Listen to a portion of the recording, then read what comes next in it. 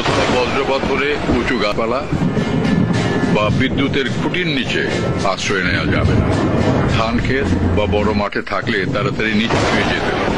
বজ্রপাত হওয়ার উপক্রম হলে কানের আঙ্গুল দিয়ে চোখ বন্ধ করে নিচু হয়ে বসতে হবে, কিন্তু মাটিতে শুয়ে পড়া যাবে না।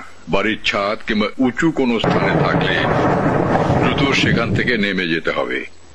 সবচেয়ে ভালো হয় কোনো একটা পাকা দালানের নিচে আশ্রয় নিতে পারলে।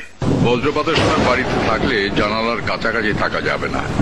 দরজা জানালা বন্ধ রেখে ঘরের ভেতরে থাকতে হবে। বজ্রপাত ও ঝড়ের সময় বাড়ির ধাতব কল, সিঁড়ির রেলিং, ধাতব রেলিং, এমনকি ল্যান্ডলাইন টেলিফোনও স্পর্শ করা যাবে না।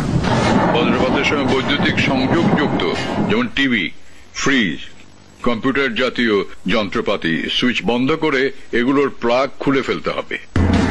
বজ্রপাতের আভাস পেলে আগেই এগুলোর প্লাগ সম্পূর্ণ বিচ্ছিন্ন করতে হবে। অব্যবহৃত যন্ত্রপাতির প্লাগ খুলে রাখতে হবে।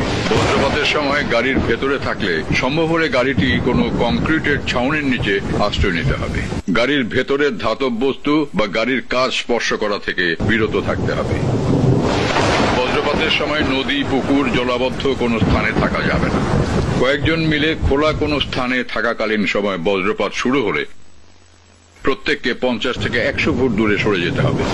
বজ্রপাতের সময় চামড়ার ভেজা জুতা বা খালি পায়ে থাকা খুবই বিপজ্জনক। এই সময় বিদ্যুৎ অপরিবাহী রাবারের জুতো ব্যবহার করতে হবে। হঠাৎ করে যদি চুল খারাপ হয়ে যায়, ত্বক শিরশির করে বা বিদ্যুৎ অনুভূত হয়, আশেপাশের ধাতব পদার্থ কাঁপতে থাকে বা ক্রিং ক্রিং শব্দ যদি কানে আসে, তবে বুঝতে হবে আশেপাশে বা এখানে বজ্রপাত হবে। এমন পরিস্থিতিতে বজ্রপাত থেকে নিরাপদ হতে প্রয়োজনীয় ব্যবস্থা গ্রহণ করতে হবে।